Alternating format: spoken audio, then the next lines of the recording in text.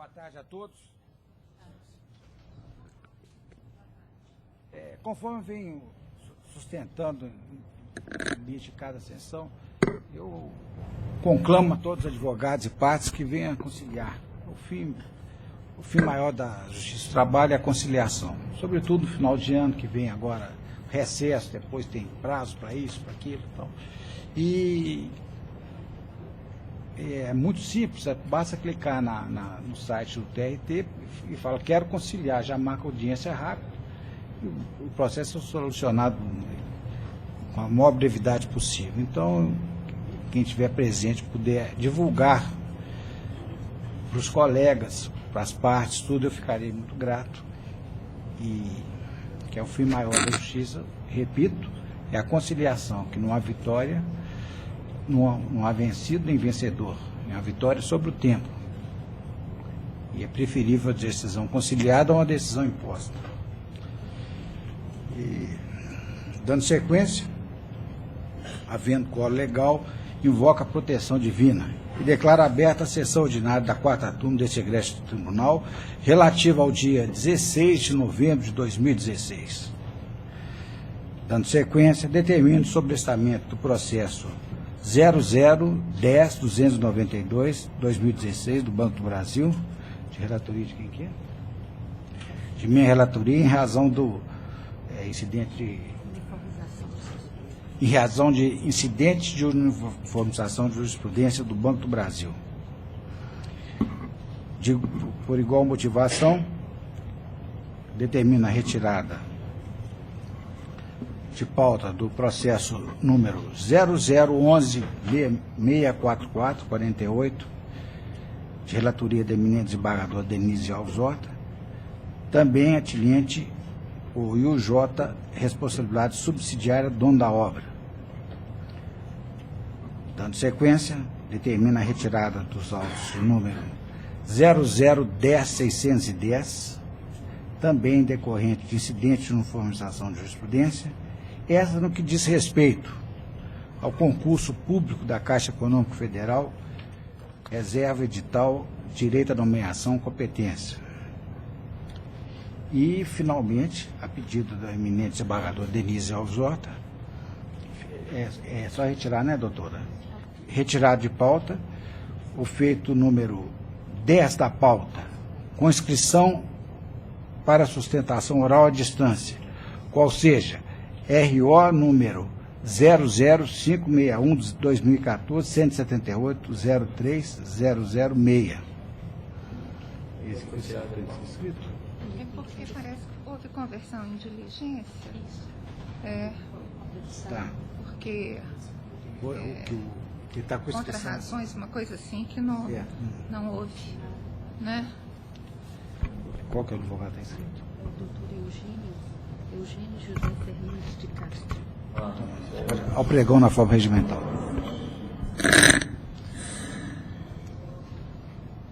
Processo número 10 da pauta 561-2014-178. Inscrito doutor Eugênio José Fernandes de Castro, relatora desembargadora Denise Alves Horta, revisor desembargador Paulo Chaves Corrêa Filho e voto em terceira desembargadora Paula Oliveira Cantelli. A inscrição é do Foro de Pouso Alegre. Doutor Eugênio, boa tarde. Você está me ouvindo? Oi, boa tarde, senhor presidente. Estou te ouvindo.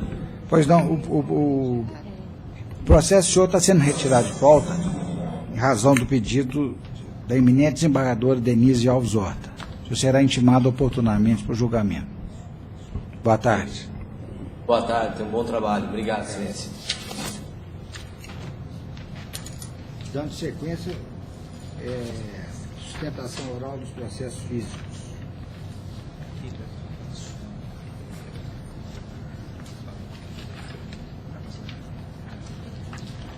Processo 19 da pauta RO 2482-2013-019.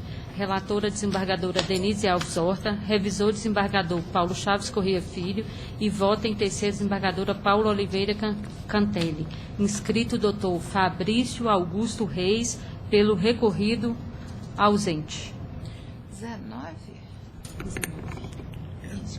Doutora Denise, apenas a conclusão, por gentileza.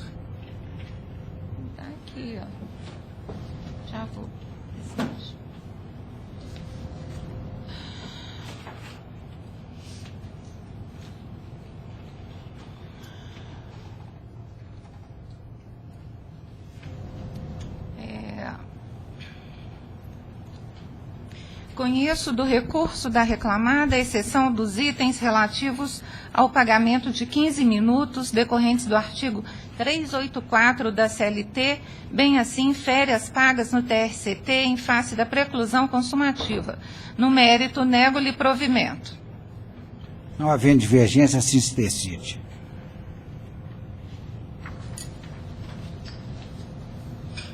Processo número 14 da pauta, o RO 1571-2014-022. Relatora, desembargadora Denise Alves Horta. Revisor, desembargador Paulo Chaves Correia Filho. E vota em terceiro, desembargadora Paula Oliveira Cantelli.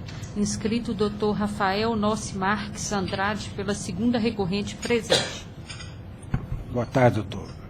Doutora Denise, apenas a conclusão, por favor. Pois não, presidente. Conheço dos recursos. No mérito, dou provimento parcial ao recurso da reclamante para afastar a inépcia da inicial declarada e, respeitado o duplo grau de jurisdição e a natureza da matéria tratada, determinar o retorno dos autos à origem, a fim de que seja apreciado o pedido relativo ao pagamento de, aspas, 11 multas convencionais, conforme previsão contida na cláusula 54ª da CCT, pelo descumprimento das cláusulas 8ª, 10ª, 11ª, 12ª, 14ª, 16ª, 17ª, 19ª, 20ª, 24ª e 29ª da CCT da categoria, como se entender de direito, prejudicado o exame das demais matérias suscitadas no apelo da reclamante, bem como a integralidade do recurso da reclamada.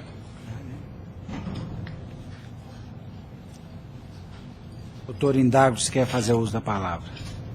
Tendo vida a prejudicialidade, eu aguardaria eventual divergência. Se for entrar no mérito, eu teria interesse. Esse é o processo 14, né? 1471. Atuo nesse feito como relator. 1571. 1571, perdão, excelência. Estou inteiramente de acordo com o voto da eminente relatora.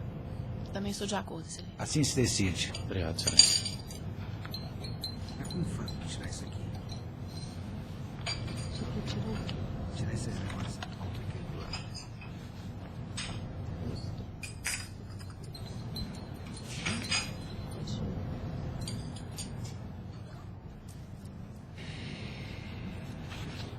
Clica aqui clica nesses itens aqui. Mas aí se eu esperar.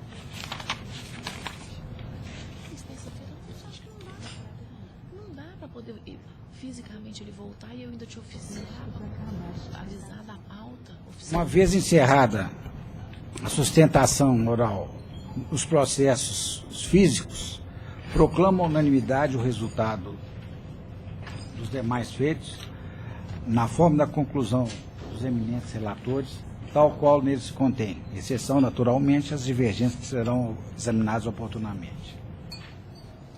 Tem um pedido para gerência de um advogado de bom despacho. Físico? PJ. Físico primeiro é o meu. O que a senhora falou? Doutora Paula. Agora vamos ver aqui no PJ se sobe aqui. Aí, agora abriu o direito. Qual sala que é? É da doutora Paula. Pedido de preferência da doutora Paula no PJE. Aí já seria a sala.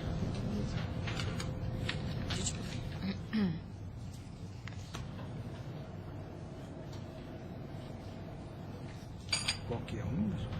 44. 44, doutora Paula. Apenas a conclusão, por favor. Deixa eu fazer o pregão. Tá. Processo de relatoria desembargadora Paula Oliveira Cantelli, o número 44 da sala das 1316, o ROPS 12.326.71/2016. Votam a desembargadora Maria Lúcia Cardoso Magalhães e a desembargadora Denise Alves Horta. Processo número 44 da sala das 1316. Inscrito o doutor Edélcio José Cansado Ferreira pelo recorrente. Advogado do município de Bom Despacho. Sua conclusão, doutora. 12.32671, né? 32671. É bom despacho, não. Isso. O advogado é de lá. Ah, tá. Conheço do recurso ordinário da ré por quanto próprio e tempestivo e preencho os demais pressupostos de admissibilidade. No mérito, nego-lhe provimento e adoto as razões decididas respeitável sentença recorrida, confirmando-a por seus próprios jurídicos fundamentos, nos termos do artigo 895, parágrafo 1º, inciso 4 da CLT. É a conclusão. É só para assistir, né? 44. O senhor vê se estamos... Tem interesse em fazer uso da palavra, doutor? Tem interesse, senhor. Pois não, pelo prazo regimental. E insignes julgadores, a nossa posição, a posição da recorrida, Marmoraria Avenida Maria Guerra Limitada, é no sentido que o documento juntado aos autos, ao TRCT, devidamente firmado, não foi objeto em momento algum de qualquer tipo de contestação pela parte recorrida, pela reclamante. Tá? Em momento algum, ou seja, a concordância tácita que o documento foi de fato assinado, os valores recebidos. Então, o que está ocorrendo no presente caso é um enriquecimento sem causa por parte da autora. Tá? Haja visto que ela está pleiteando todas as verbas novamente. Tá? Quanto aos demais itens da condenação, nós não fizemos qualquer tipo de contestação a elas, por uma razão muito simples. Entendemos que são devidas.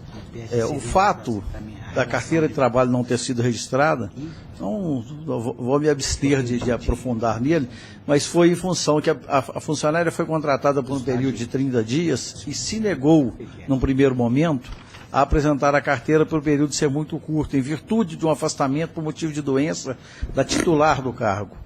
E esse afastamento se prolongou até o dia 11 de fevereiro. Ela tendo retornado dia 11, no dia 12, a reclamante foi dispensada, tá? De comum acordo, e assinou o TST e recebeu os valores ali lançados. Esse documento é o que nós pedimos apreciação. Trata-se de uma empresa de pequeno porte, tá? E que, em momento algum, ela está se abdicando da sua obrigação de recolher os tributos devidos ao ente federativo, à União Federal, especialmente ao INSS, tá? Bem como o pagamento do FGTS e seus 40%. Nós estamos só contestando e vamos manter a nossa posição no sentido do enriquecimento sem causa. Ou seja, vamos pagar 2 vezes aquilo que já foi pago. Vamos pagar a segunda vez. Então, esse é o nosso pleito, é que seja apreciado isso. O documento foi juntado em tempo hábil, tá? O nosso comparecimento à audiência, o não comparecimento à audiência foi um negócio que não vem ao caso aqui, mas a funcionária nos repassou a informação e agendou para as 10h30. Eu, advogado, cheguei às 10h07 na vara de trabalho, a audiência tinha se encerrado naquele instante. Conversei com a doutora Amália, a nossa juíza, naquela oportunidade, e ela me disse: doutor, infelizmente eu já encerrei, então eu não posso fazer mais nada. Então, o que pleiteia a recorrente é simplesmente isso, a apreciação dos valores lançados no TSCT. Tá? Pugno para que essa turma o faça dessa forma. Obrigado. Apesar de não participar desse julgamento, indago, o senhor trouxe a certidão do horário que o senhor chegou lá? Devolvo a palavra, doutor. Bom, em que pese a brilhante sustentação oral realizada da tribuna, ausente a empresa na audiência para a qual ela foi regularmente notificada a comparecer e depor, é devida a aplicação de fato da revelia e confissão ficta quanto à matéria fáctica, tornando-se verdade processual os fatos articulados na inicial em relação aos quais não houver elementos em sentido contrário, desde que consoantes com a legislação que rege a matéria.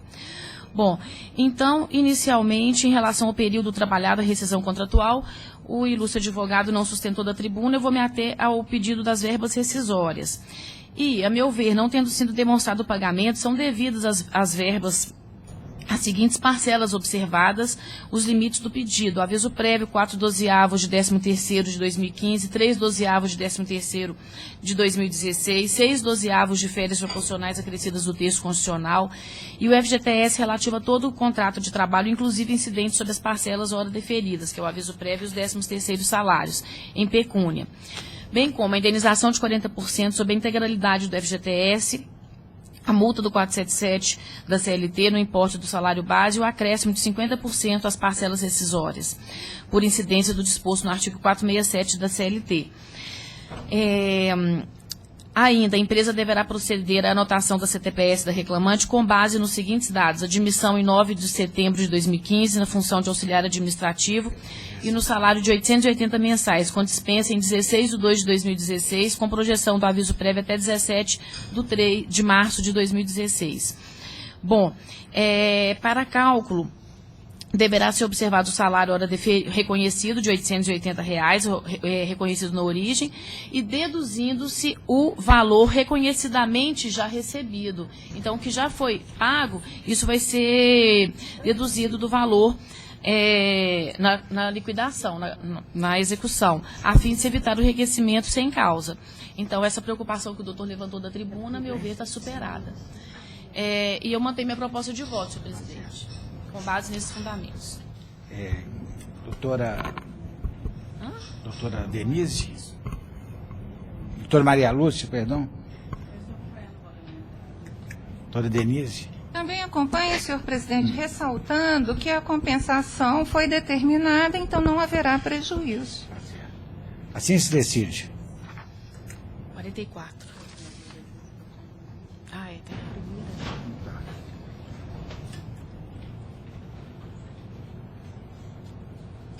primeira. Processo de relatoria da desembargadora Paula Oliveira Cantelli é o número 18 da Sala das 13h16, o RO 0010-622-31-2015. Votam a desembargadora Maria Lúcia Cardoso Magalhães e a desembargadora Denise Alves Horta. Inscrito doutor Daniel Guerra Amaral Sá, pelo primeiro recorrente, ausente. Doutora Paula, apenas a conclusão. Conheço os recursos ordinários, exceção do tópico 3.2.2 das razões recursais da ré, intitulado, abre aspas, da complementação da PLR improcedência, fecha aspas, por ausência de interesse recursal, tendo em vista que não houve sucumbência da empresa neste aspecto. No mérito, nego o provimento ao apelo da ré e dou provimento parcial ao recurso do autor para acrescer a condenação ao pagamento de 15 minutos extras, no limite do pedido, por dia trabalhado a título de tempo à disposição e de 1 hora extra por dia de trabalho em razão do intervalo intrajornada não usufruído integralmente, com os mesmos parâmetros e reflexos definidos na origem, para o pagamento das demais horas extras deferidas. Autorizada a dedução dos valores comprovadamente pagos sobre o mesmo título. E para acrescer a condenação, pagamento adicional noturno sobre as horas extras trabalhadas após as 5 horas, sempre que o autor cumpriu a jornada em período noturno, conforme se apurar nos cartões de ponto, com os reflexos em aviso prévio, repouso semanal remunerado, férias acrescidas do texto constitucional, 13º salário, FGTS, sua respectiva indenização de 40%. Em atenção aos termos do parágrafo 3º do 832 da CLT, declaro que as horas extras e adicional noturno, hora acrescidas à condenação, têm natureza salarial. Aumenta o valor das custas para R$ 700, calculado sobre 35 mil, valor que hora atribui à condenação. Arbítrio a condenação. É a conclusão. Não havendo divergência, assim se decide.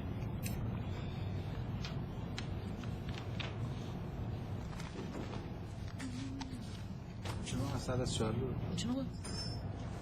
Só mais um, né? 2. Processo de relatoria da desembargadora Paula Oliveira Cantelli é o número 24 da Sala das 13h16, o ROPS 10.748.07/2016. Votam a desembargadora Maria Lúcia Cardoso Magalhães e a desembargadora Denise Alves Horta. Inscrito doutor Rodrigo Pompeu Pereira, pela recorrida presente.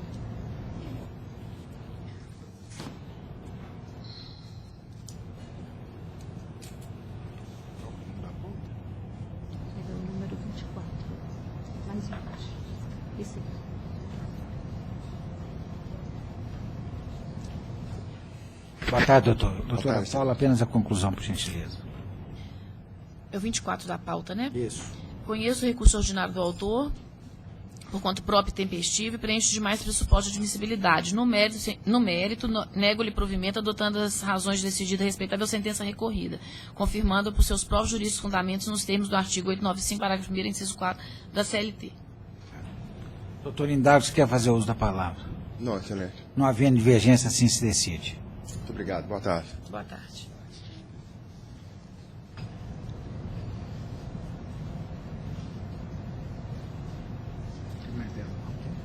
Foi feita mais uma inscrição. Foi feita mais uma inscrição para o processo de relatoria desembargadora Paula Oliveira Cantelli, é o número 1 da sala das 13h16, 10.032.41/2016. Votam a desembargadora Maria Lúcia Cardoso Magalhães e a desembargadora Denise Alves Horta. Inscrito o Dr. Glauber Rodrigues Frois, pelo recorrido, presente.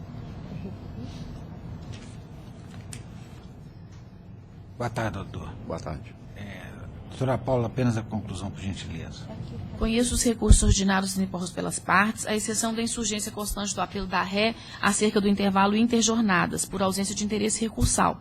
No mérito, nego o provimento ao apelo da autora e dou parcial provimento ao apelo da ré para determinar que a condenação relativa ao labor extraordinário para além da 8ª hora diária e 44ª semanal seja restrita ao pagamento do adicional de horas extras e que o divisor seja o número de horas efetivamente elaboradas, como disposto na súmula 340 do colento TST, mantido o pagamento da integralidade das horas extras nas hipóteses de supressão do intervalo intrajornada e do intervalo de 15 minutos previsto no artigo 384 da CLT, conforme parâmetros já fixados na origem. E 2, para autorizar a dedução dos valores pagos a título de prêmio em repouso semanal remunerado, das parcelas deferidas a título de reflexo dos prêmios sobre repouso semanal remunerado. Mantém o valor arbitrado da condenação, eis que ainda é compatível. Doutor, o senhor tem interesse em fazer uso da palavra? Tenho sim. Que ponto, hein? Pode falar? Sim, senhor. Primeiramente, boa tarde à colenda turma, os nobres julgadores. Boa tarde. No que tange ao pedido de horas extras feito pela reclamante, ao raso entender, é contraditória a afirmação de que os cartões de pontos hábeis a comprovar ao labor extraordinário, excetuando no caso de saída da reclamante, uma vez que somente foram apresentados os cartões de ponto de folhas 249 e 250, sendo estes não poderiam definir por todo o período laborado pela reclamante em que a jornada laborada quanto ao horário de saída estivesse correto. Até porque nesses mesmos cartões de pontos utilizados como fundamento para indeferir as horas extras referentes à saída, consta o mesmo horário narrado pela reclamante, dos quais se cumpre ressaltar 19h30 e 20 horas, sendo os mesmos fixados pela jornada do pleito inicial. Ademais, a produção de prova colide exatamente no sentido contrário da sentença guerreada, pois pela produção de prova via depoimento testemunhal, da testemunha ouvida a arrogo da reclamante, a mesma confirma o labor extraordinário, principalmente quando da realização de saldões, períodos de festivos, Natal, Dia das Mães, e por aí vai. Então, de todo o conteúdo probatório, que se verifica que não se pode colher, acatar da sentença guerreada, que com a apresentação tão somente das folhas 249 e 250, dos quais esses pontos restaram veemente impugnados, tratar como a confissão da autora no que tange ao horário de saída. Essas são as minhas considerações. Obrigado. Pois não. Devolvo a palavra à ilustre relatora. Bom, em relação às horas extras, inicialmente parabenizo também o advogado pela sustentação oral. E o doutor Gisacó, ele rechaçou os cartões de ponto juntados pela ré, em virtude da ausência de assinatura da autora, aplicando a inversão do ônus da prova nos termos da súmula 338 do TST, em cotejo com a prova oral produzida. No entanto, ponderou que a autora teria admitido em depoimento a correta anotação dos horários de saída. E, de fato, a testemunha ouvida a pedido da autora confirmou o depoimento realizado nos autos de número 11.428.78 de 2015, trazido a este feito como prova emprestada. Naquela ocasião, a testemunha lhe informou que os horários anotados nos cartões de ponto não correspondiam à realidade, por deliberação do gerente sobre o modo de como deveriam ser marcados e por alterações realizadas posteriormente, e que cumpria a mesma jornada de trabalho da autora destes autos, que era de 7 às 20 horas, de segunda a sexta, e das 7h30 às 18h30 aos sábados, e em horários especiais em dezembro. Por outro lado, a testemunha inquirida pedido a rogo da ré limitou-se a afirmar que anotava corretamente seus horários de trabalho, nada informando, porém, acerca da jornada da autora. Já, no entanto, chegou a declarar que, abre aspas, nas datas festivas, como, por exemplo, no Natal e no Dia das Mães, o ponto era liberado para vendas, sinalizando desse modo uma inconsistência dos registros de ponto, pelo menos nessas datas de dias festivos. Eu entendo, então, que a autora desvencilhou-se do encargo probatório, devendo prevalecer, no entanto, sua confissão expressa acerca da retidão dos horários de saída anotados nos cartões de ponto. Porque a autora, em seu depoimento pessoal, ela fala que os cartões de ponto juntados com a defesa e que eles estão corretos com relação ao horário de saída, em relação a tais folhas e quanto às demais, mas estaria incorreto em demais horários, mas de saída estaria correto. Foi a própria autora que disse isso. Então, extrai-se desse depoimento que os horários de saída estariam de fato corretos, não apenas em relação aos ditos cartões, mas também quanto às demais folhas de ponto que foram juntadas aos autos. E muito embora a autora ela tenha aduzido em manifestação sobre os documentos apresentados com a defesa que o nome da empresa indicado nestes cartões não corresponderia ao nome da ré, essa tese que também foi reiterada nas razões recursais, o fato é que em audiência, em seu depoimento pessoal, ela deu credibilidade aos referidos cartões, admitindo, portanto, que manteve contrato com a ré e que, como verídico, esses cartões de ponto. Então, eu reputo irretocável sentença de origem neste aspecto, ao declarar a invalidade desses espelhos de ponto, exceto quanto aos horários de saída. Mas, a meu ver, merece um reparo a sentença, porque a autora era comissionista pura, fazendo jus, então, tão somente ao adicional das horas extras nos termos da súmula 340 do Colém do TST. Além disso, houve uma contradição, a meu ver, data máxima vênia, na respeitável sentença sobre o tema, na medida em que, no tópico relativo às horas extras acima da ª e 44ª hora semanal, o cabimento apenas do adicional de horas extras foi mencionado, à luz do artigo da súmula 340 do TST, foi mencionado e, ao mesmo tempo, seguiu deferindo as horas extras. Por isso, eu fiz esse pequeno reparo. Então, a meu ver, eu mantenho a proposta de voto nos termos ora mencionados. Doutora Maria Lúcia.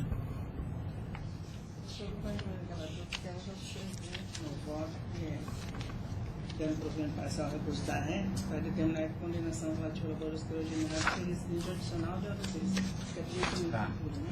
Para que a divisão seja de horas que tiverem trabalhado com os dispositivos do TST. E a ressalva também, por horas, as horas extras definidas por supressão no intervalo da jornada e por artigo 284 sem fim. Doutora Denise. Estou acompanhando, integralmente. Assim se decide. Ok, obrigado. Boa tarde. Boa tarde. Agora a sala da doutora Denise, por gentileza.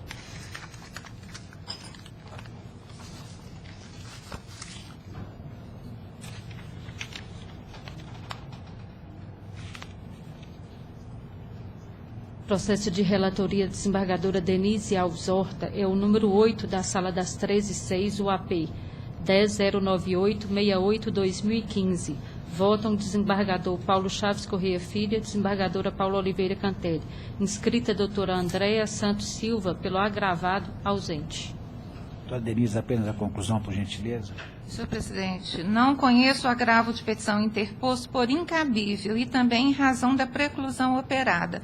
Acolho o pedido formulado em contraminuta para condenar a executada ao pagamento da multa por litigação de má-fé no importe de 20% sobre o valor atualizado do débito em execução, revertida em proveito do exequente. Condeno a executada ao pagamento de custas no importe de R$ 44,26. Não havendo divergência, assim se decide.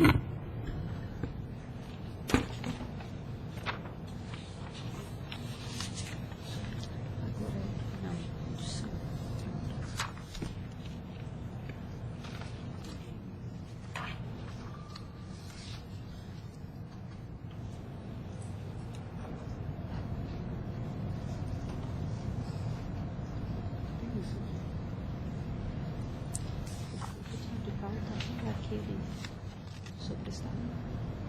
Ele retira de pauta e ele volta lá para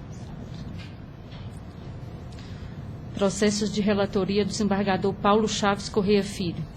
É o processo 29 da Sala das 13h11, o ROPS 12.102.36/2016. Votam a desembargadora Paula Oliveira Cantelli e a desembargadora Maria Lúcia Cardoso Magalhães. Inscrito Dr. Peter Eduardo Rocha e Rezende, pelos recorridos, presente. Processo número 29 da Sala das 13h11.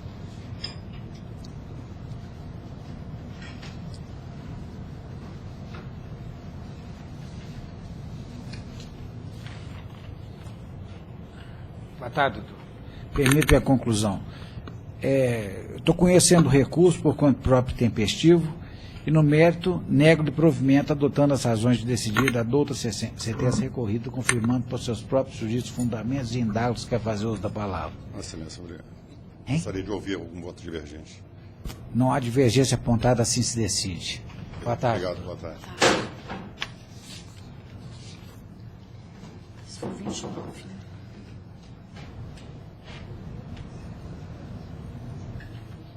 Processo de relatoria do desembargador Paulo Chaves Correia Filho é o número 10 da Sala das 13h11, o RO 10.320.12/2016. Votam a desembargadora Paula Oliveira Cantelli e a desembargadora Maria Lúcia Cardoso Magalhães. Inscrito Dr. Vitor Nogueira de Oliveira, pelo recorrente presente. Boa tarde, doutor. Boa tarde, excelência. Permite a conclusão. O que aconteceu aqui?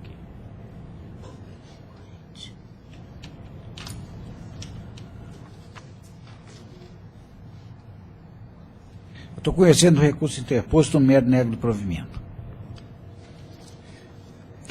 Excelentíssimo senhor desembargador relator, demais julgadores, colegas presentes, boa tarde a todos, servidores. Bom, eu vou cingir minha sustentação oral ao ponto nevrálgico aqui do recurso e do processo que diz respeito à data de encerramento do vínculo empregatício. O magistrado de primeiro grau ele entendeu que a relação havida entre as partes foi um vínculo de emprego, porém que esse vínculo teria durado entre 2006 e março de 2014, com a projeção do aviso prévio, estendendo o contrato até o final de abril. E que, posteriormente a isso, o reclamante teria prestado, a empresa do reclamante teria prestado serviços. Pois bem, o encerramento do vínculo de empregatício ele é um ato solene e que prevê, entre outras medidas, a baixa na carteira, a entrega do TRCT e a homologação da rescisão. E nada disso foi feito. O juiz sentenciante formou seu convencimento de que o vínculo empregatício teria durado até março com base exclusivamente em prova testemunhal. O que data máxima vênia não nos parece o mais correto. Veja que a testemunha Nelson afirmou taxativamente que o reclamante teria prestado serviços até julho de 2015. Sendo assim, a gente roga ao relator e aos demais membros da turma que a revisão do voto, porque, como dito, você reconhecer a extinção do vínculo com base na testemunha, unicamente com base no depoimento testemunhal, nos parece um precedente perigoso e que pode dar aso para que, especialmente no âmbito rural, que esse tipo de prática permita a violação do direito de vários trabalhadores. E, acaso acolhidas as razões recursais, quanto ao salário do reclamante também, o magistrado desconsiderou o depoimento do senhor Nelson, que também foi taxativo e inequívoco ao dizer que o salário recebido pelo reclamante era igual ao seu no importe de R$ 10.000, enquanto o juiz sentenciante fixou como último salário R$ 2.800. Portanto, por essas razões, a gente requer o provimento do recurso ordinário do reclamante e que seja afastada a prescrição bienal declarada em sentença. Pois não. Despeito o brilhantismo da sustentação, eu não vislumbro como modificar o voto e faço por quê? Insurge-se o reclamante contra a declaração da prescrição total decorrente do reconhecimento do término do vínculo de emprego em 24/4/2014, evidentemente considerada a projeção do aviso prévio, mais de 2 anos antes do ajuizamento da ação, ou seja, em 27/5/2016. Todavia, data máxima vênia, falta-lhe razão. A despeito da apresentação da CTPS sem anotação de saída, a inicial narra a dispensa em 14/9/2015, de modo que é incontroverso o encerramento do vínculo sem que tenha sido procedida a posição derradeira, ou seja, o registro da posição de saída da carteira. A reclamada, no entanto, diverge quanto à data da dispensa, alegando em contestação que essa ocorreu em 1º de março de 2014. Importante destacar que a alegação do defesa não contraria a anotação efetuada na CTPS, apenas diverge quanto ao conteúdo do que deveria ter sido feito e, contudo, não consta do documento.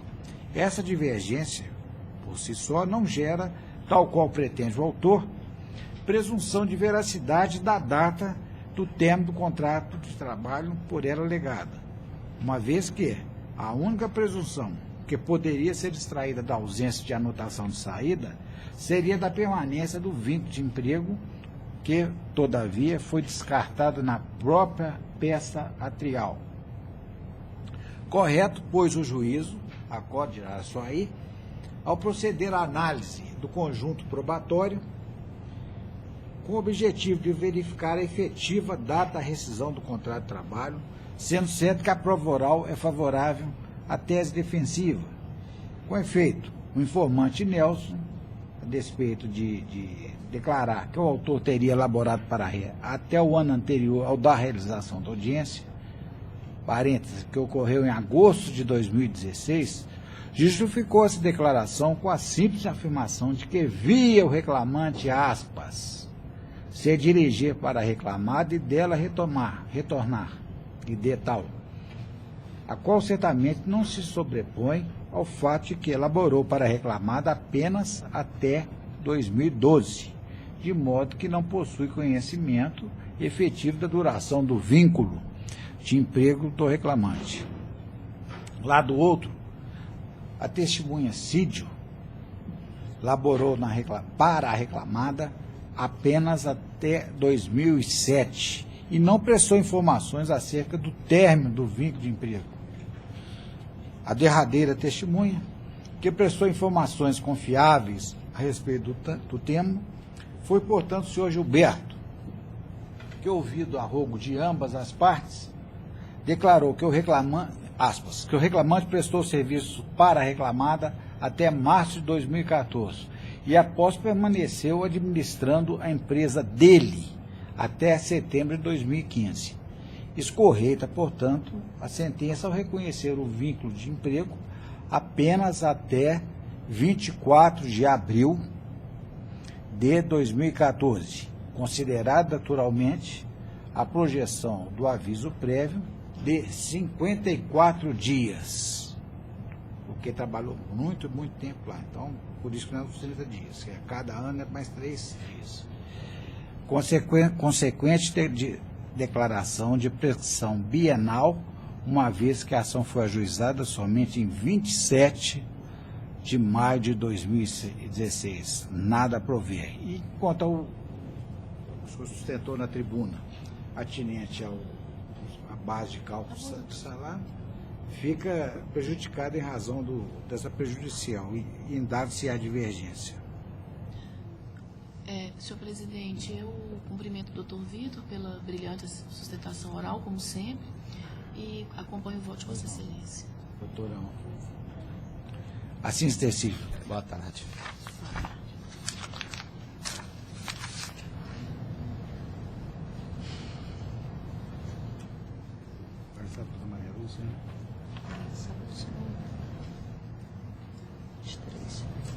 Processo de relatoria do desembargador Paulo Chaves Corrêa Filho, é o número 23 da Sala das 13h11, o RO 11.161, 31/2014. Votam a desembargadora Paula Oliveira Cantelli e a desembargadora Maria Lúcia Cardoso Magalhães. Inscrita a doutora Moana Papini Reis Furlete, pela primeira recorrente presente. Boa tarde, doutora. Permito a conclusão e adianto que a divergência. Eu estou conhecendo o recurso interposto pela reclamada, ressalvada a matéria tratada do tópico horas extras reuniões, reforma da sentença e de tal, uma vez que não houve sucumbência quanto ao referido ponto. No mérito, imprimo-lhe parcial provimento para a. Reconhecer a suspeição da testemunha Júnior Costa Januário Mariano, de modo a valorar o depoimento por ela prestado na condição de simples informação. B. Excluída a condenação ao pagamento de 30 minutos extras diários, referentes a labor supostamente não registrado. C. Reduzir o valor arbitrado a título de honorários referentes à perícia contábil, qual passa a ser de R$ 2.000. Conheço o recurso interposto pela reclamante, no mérito dou-lhe parcial provimento para a. Afastar a imposição do ônus pelo pagamento dos honorários referentes à perícia de insalubridade, cujo pagamento deverá ser efetuado a cargo da União na forma da súmula 457 do TST. B.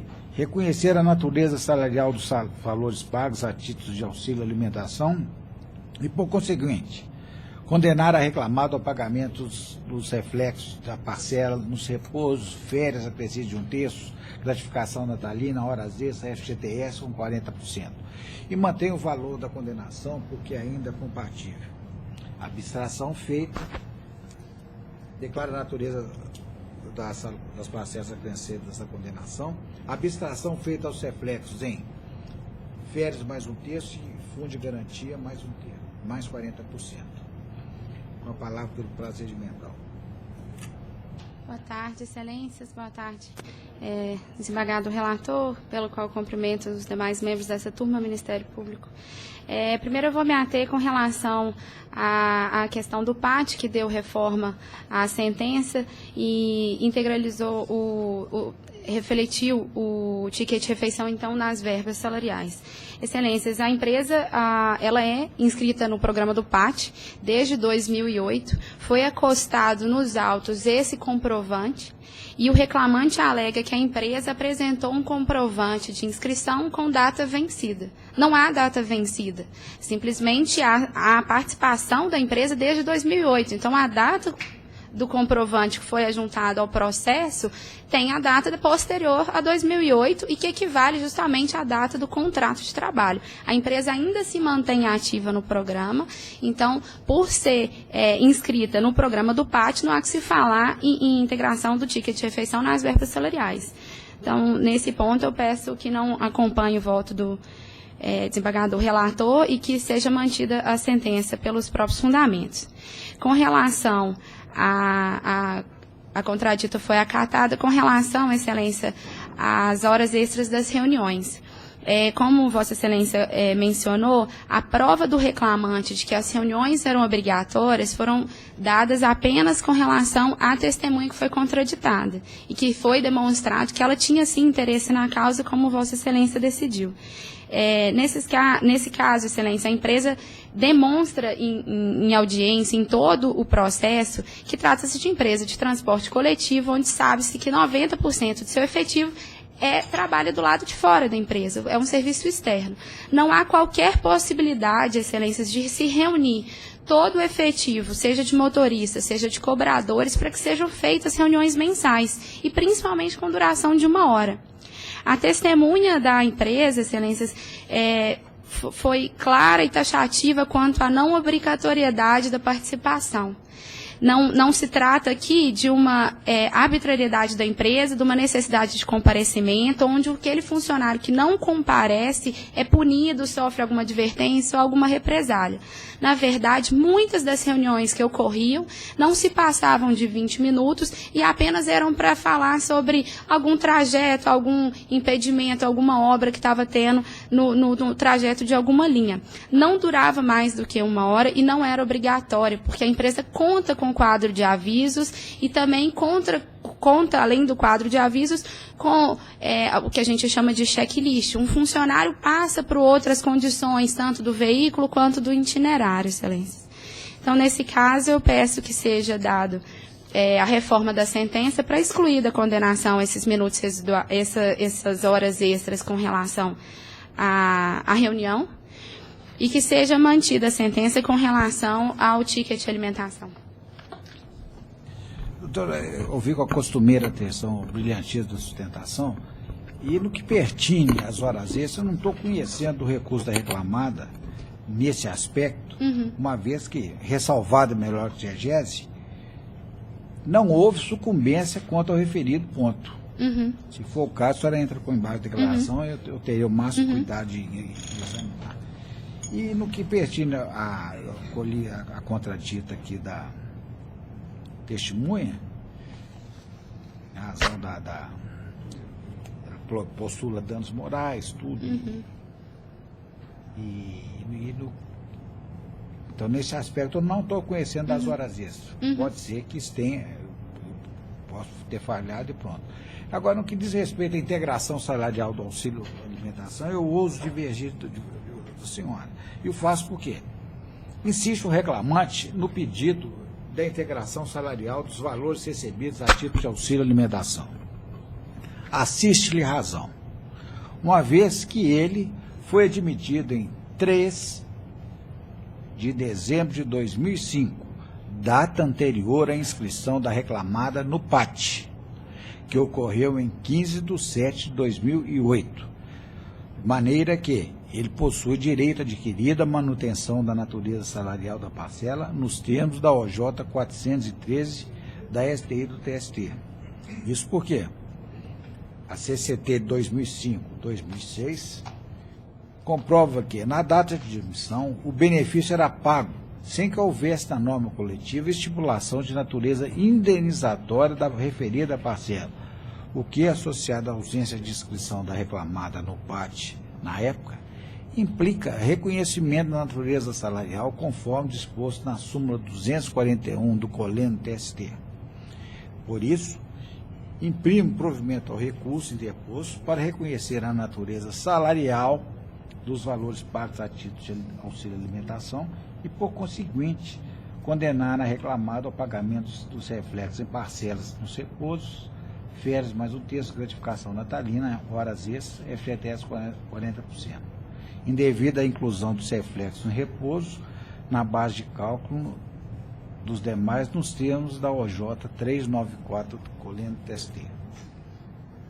Eu mantenho a propositura de voto e dou a palavra à doutora Paula Cantelli, que...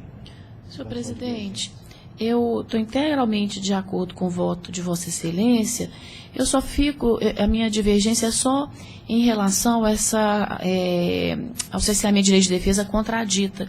Eu entendo que o pedido de danos morais, ele não gera essa ausência de injeção de ânimo para depor. Então, eu manteria o entendimento do juízo, do doutor juiz Acol, que afastou a contradita, e manteria a sentença em relação ao pagamento desses 30 minutos extras diários não registrados no cartão de ponto. Aquele momento que ele fazia o preenchimento do checklist, só isso. Então, só em relação à contradita e esses minutos residuais aí. No mais, eu estou integralmente de acordo com o brilhante voto de Vossa Excelência. Dona Lúcia. A decisão...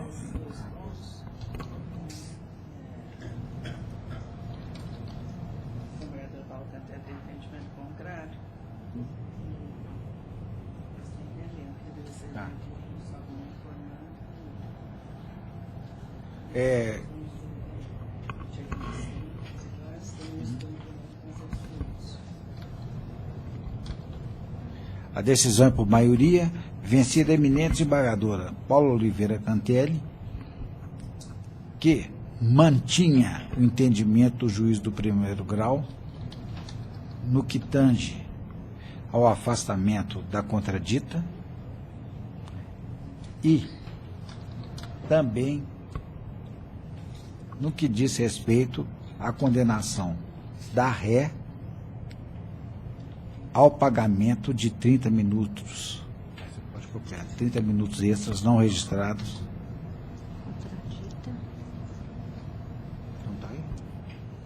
Quitância. No cartão de não registrado no cartão de para preenchimento do checklist.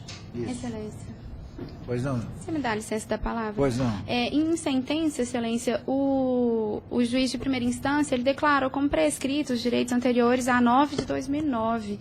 Então, a inscrição no PAT foi em 2008. Então, os direitos... Se você ingressa com a declaração, se for o caso, eu imprimo o efeito. Porque tem na sentença a prescrição, foi acatada a prescrição quinquenal. Você só entra com o embrado de declaração. Sim? E eu examino com cautela ambos os pedidos. Tá ótimo. Obrigada, Excelência. Checklist. Até que é list. Assim se decide. Obrigada. Senhor presidente, pela ordem, temos um pedido diante da outra turma e dos novos colegas advogados aqui presentes.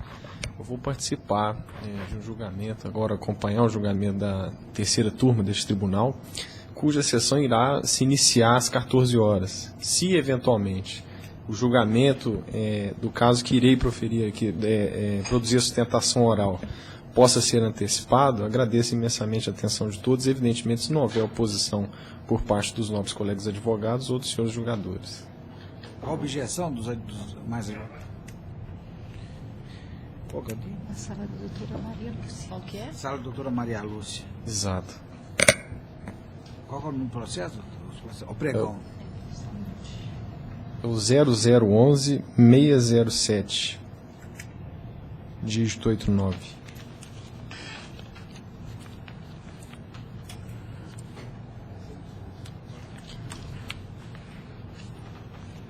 Processo de relatoria da desembargadora Maria Lúcia Cardoso Magalhães é o número 36, da Sala das 13 horas, URO 11.607-89/2016. Votam a desembargadora Denise Alves Horta e o desembargador Paulo Chaves Corrêa Filho, inscrito Dr. Tiago de Almeida Mendonça, pelo recorrente presente. Doutora Maria Lúcia, apenas a conclusão, por favor. Eu estou conhecendo o recurso no mérito negando o provimento. Tem interesse em fazer uso da palavra? Perfeitamente, Excelência. Com a palavra. Muito obrigado. Inicialmente peço desculpas pelo incômodo e pela atenção prestada pelos nobres julgadores e advogados aqui presentes. Cumprimento a todos, senhores servidores. Excelência, o caso versa única e exclusivamente acerca da competência da Justiça do Trabalho para processar e julgar a demanda em análise. Qual foi o fundamento adotado pela respeitável sentença de origem para se afastar a competência da Justiça do Trabalho? É que houve entendimento que, após a celebração de sucessivos contratos para reger a relação de trabalho da reclamante, houve alteração da relação jurídica para uma relação de natureza jurídica administrativa, a partir de um vínculo firmado como um cargo em comissão, o que afastaria a competência da Justiça do Trabalho por força de precedência do Supremo Tribunal Federal, que entende pela incompetência da Justiça do Trabalho em casos análogos, em que haja o vínculo firmado através de regime jurídico administrativo. E na mesma linha foi, inclusive, o parecer do Ministério Público do Trabalho. Pois bem, Excelência, aqui no caso, a premissa básica que deve ser desconstituída é a de que o cargo exercido não era em comissão. E por que não era em comissão?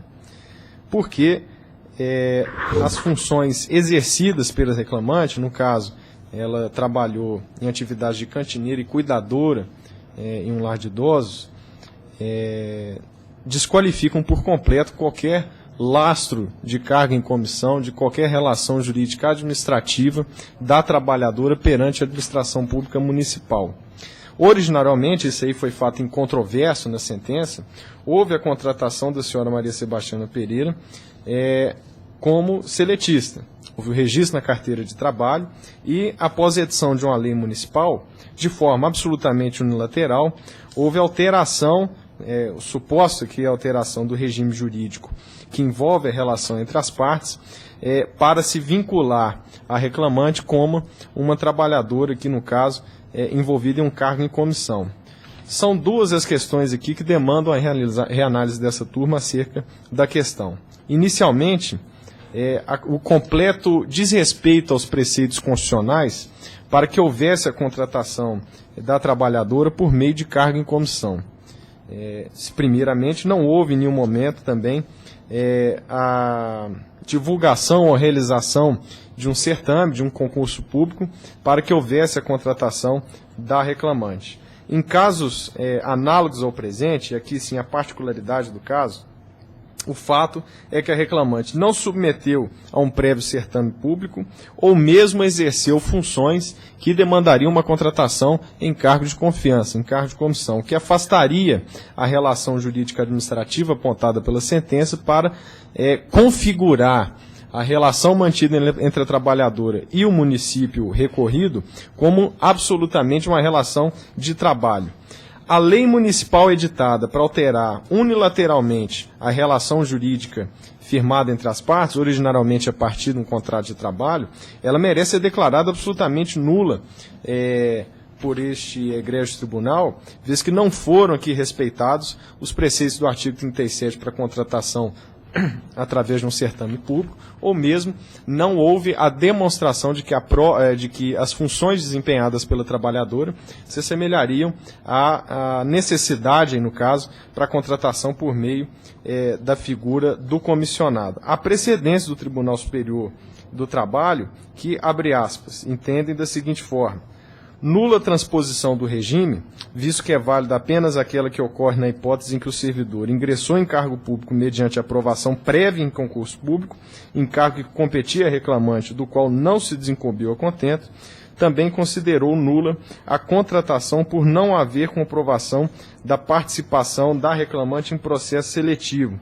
De start, depreende-se que não restou comprovada nos autos a contratação do reclamante pelo regime jurídico administrativo. Assim sendo, não há que se afastar a competência da justiça especializada, como pretende o reclamado, e aqui no caso, inclusive, suscitando a aplicação da súmula 126 do Tribunal Superior do Trabalho, vez que casos similares ao presente, ou seja, em que houve a desconsideração dessa transposição do regime, como ocorreu na espécie de forma absolutamente unilateral, deve sim admitir o processamento da causa perante o Foro da Justiça do Trabalho, para que a questão se resolva sob a ótica da relação de trabalho. Da mesma forma, abre aspas, o regional consignou que o reclamante ingressou nos quadros do Estado reclamado no ano de 96 sem prévia aprovação em concurso público, fato que impede a sua inclusão no regime jurídico estatutário. Considerando a nulidade de sua contratação pela ausência de concurso público e a natureza trabalhista do pedido e da causa, conclui-se ser da Justiça Trabalhista a competência para julgar a lide. Assim, não há que se falar em violação do artigo 114 da Constituição. Pois bem, excelência, são essas as questões atinentes à matéria. Primeiramente, a completa nulidade da alteração do regime originalmente formalizado entre as partes, a partir de uma contratação direta por contrato de trabalho, formalizado na CTPS, vez que essa alteração unilateral, por força de uma lei municipal, sem qualquer certame público e sem qualquer necessidade de se vincular à contratação da trabalhadora por meio de um cargo em comissão, desqualifica o enquadramento aqui da hora recorrente como uma trabalhadora comissionada. Conclui-se, então, pelo afastamento dessa suposta relação jurídica administrativa para se reconhecer a competência dessa Justiça do Trabalho para processar e julgar a demanda sob a ótica da relação de trabalho, excelência. São essas as nossas considerações, agradecendo a concessão da palavra. Pois não, devolvo a palavra à ilustre relatora. Estou rejeitando o preliminar de cessamento de defesa, entendendo que os documentos dos autos são suficientes para análise da competência da Justiça do Trabalho para apreciar a demanda. E cabe salientar ainda que o posicionamento do julgador em relação à matéria jurídica não acarreta cessamento de defesa, surgindo apenas para a parte incumbente de manifestar seu inconformismo via recurso.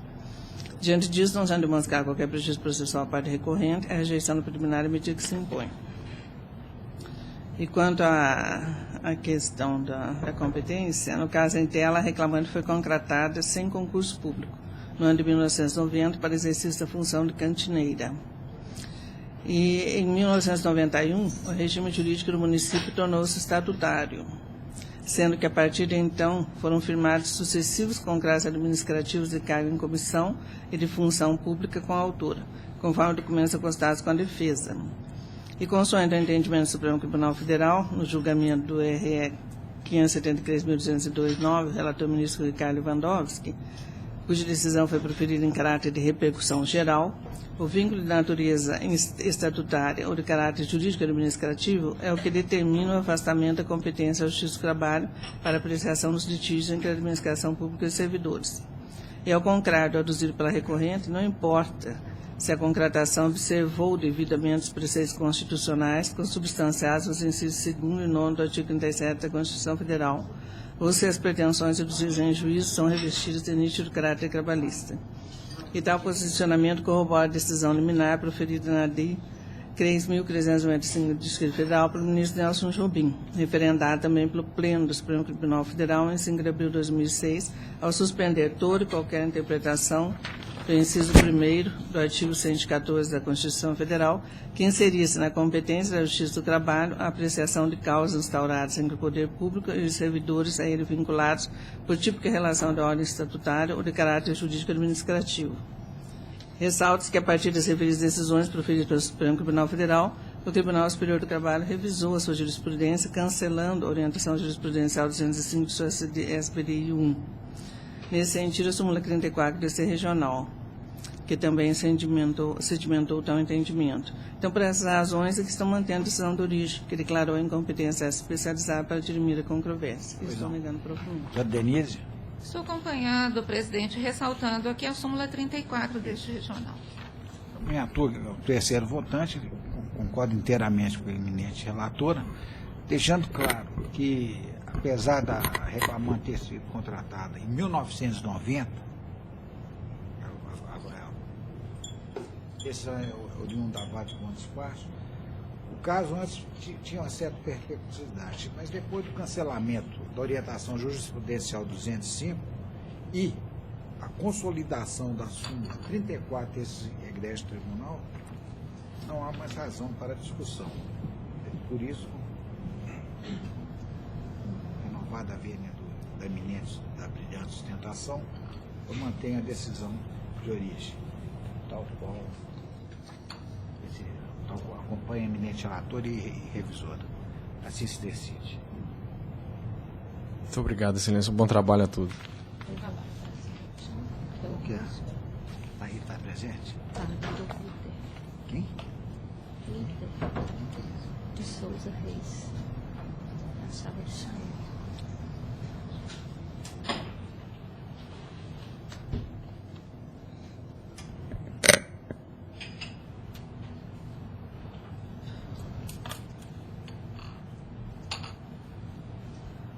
Processo de relatoria do desembargador Paulo Chaves Corrêa Filho, na sala das 13h11. É o processo número 20. É o RO 10973-88-2016.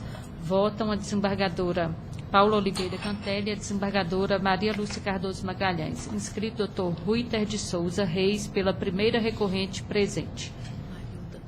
Boa tarde. Boa tarde. Permito a conclusão.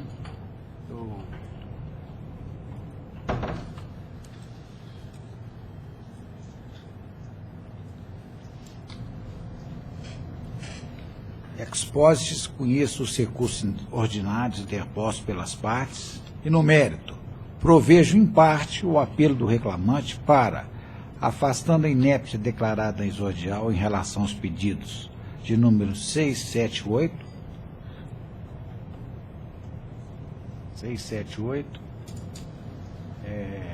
acrescer a condenação os reflexos das horas extras excedentes da 44ª semanal e relativos ao intervalo intrajornada em aviso prévio, férias mais 1/3, 13º salário, FGTS com 40% e repouso semanal remunerado observado a OJ 394 da STI e do TST, mantidos os demais parâmetros de apuração estabelecidos na origem. Nego provimento ao recurso ordinário interposto pela reclamada e acresço a condenação o valor de R$ 11.000, com custas adicionais de R$ 220 pela reclamada. Você tem interesse em fazer uso da palavra? Somente se houver divergência, Excelência. Não há divergência. Não. Não há divergência apontada, assim se decide. Muito obrigado, boa tarde a todos. Boa tarde. Pedido de preferência. De quem que é? Não quer? O número 4. Pregou aqui. Pedido de preferência para o processo número 4 da Sala das 13 e 11, de relatoria do desembargador Paulo Chaves Corrêa Filho. É o processo 10087-16-2016. Votam a desembargadora Paula Oliveira Cantelli e a desembargadora Maria Lúcia Cardoso Magalhães. O pedido foi feito pela doutora Paula Santos Araújo, pelo primeiro recorrente, para assistir. Está aí? Boa tarde, doutor. Estou conhecendo os recursos interpostos no mérito nego do desprovimento. Não havendo divergência, assim se decide.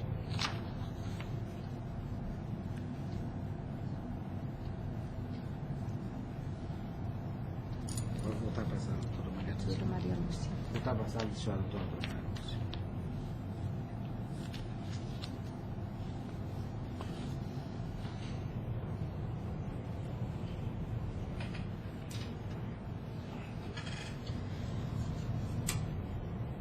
Processo de relatoria da desembargadora Maria Lúcia Cardoso Magalhães é o número 7 da Sala das 13 horas, o RO 10-270-92-2015. Votam a desembargadora Denise Alves Horta e o desembargador Paulo Chaves Corrêa Filho. Inscrito o doutor Tiago Pereira Costa pela recorrida presente.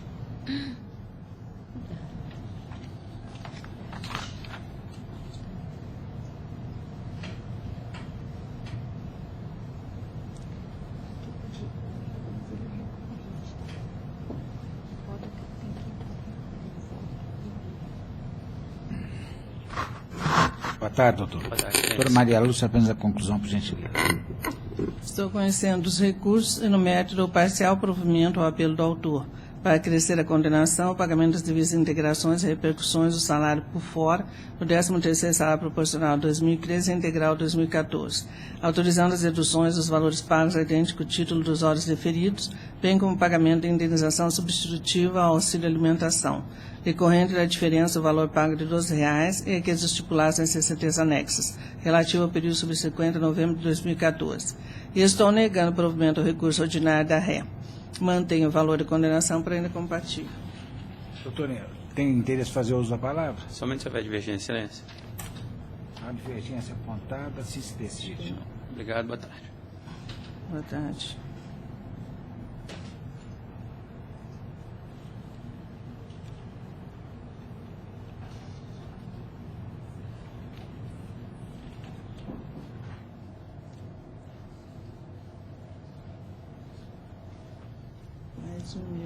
Processo de relatoria da desembargadora Maria Lúcia Cardoso Magalhães é o número 9 da Sala das 13 horas, o RO 10-335-93-2016. Votam a desembargadora Denise Alves Horta e o desembargador Paulo Chaves Corrêa Filho. Inscrita a doutora Cristiane Leroy Ribeiro, pela recorrente presente. Boa tarde. Boa tarde, Excelência. Doutora Maria Lúcia, apenas a conclusão, por gentileza. Eu estou conhecendo o recurso no mérito do provimento parcial, para reformando a respeitar a decisão, julgar parcialmente procedente reclamatório trabalhista e condenar a reclamada o pagamento das diferenças adicional de incorporação a partir de janeiro de 2016, parcelas vencidas e vincendas, abrangendo em sua base de cálculo 100% das parcelas pagas a título de função gratificada, aqui incluídos o CTVA e porta unidade APA, que deverá ocorrer pela média dos valores respectivamente quitados entre as parcelas nos últimos 5 anos antes da reversão, nos exatos termos da norma interna patronal. Demonstrado o caráter remuneratório da referida verba, são devidos também seus reflexos sobre férias mais 1/3, abonos pecuniários, 13º salários, horas extras pagas, FGTS, a ser recolhido. Eis que o contrato de trabalho da autora encontra-se em vigor. Licenças prêmio, APIPS, PLR, PRX. Não incidirão contribuições previdenciárias sobre as parcelas indenizatórias.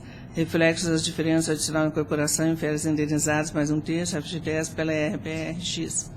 Sendo que as contribuições incidentes sobre as demais parcelas deverão ser recolhidas observado o teto legal, nos termos da súmula 386 TST, ficando autorizadas retenções legais.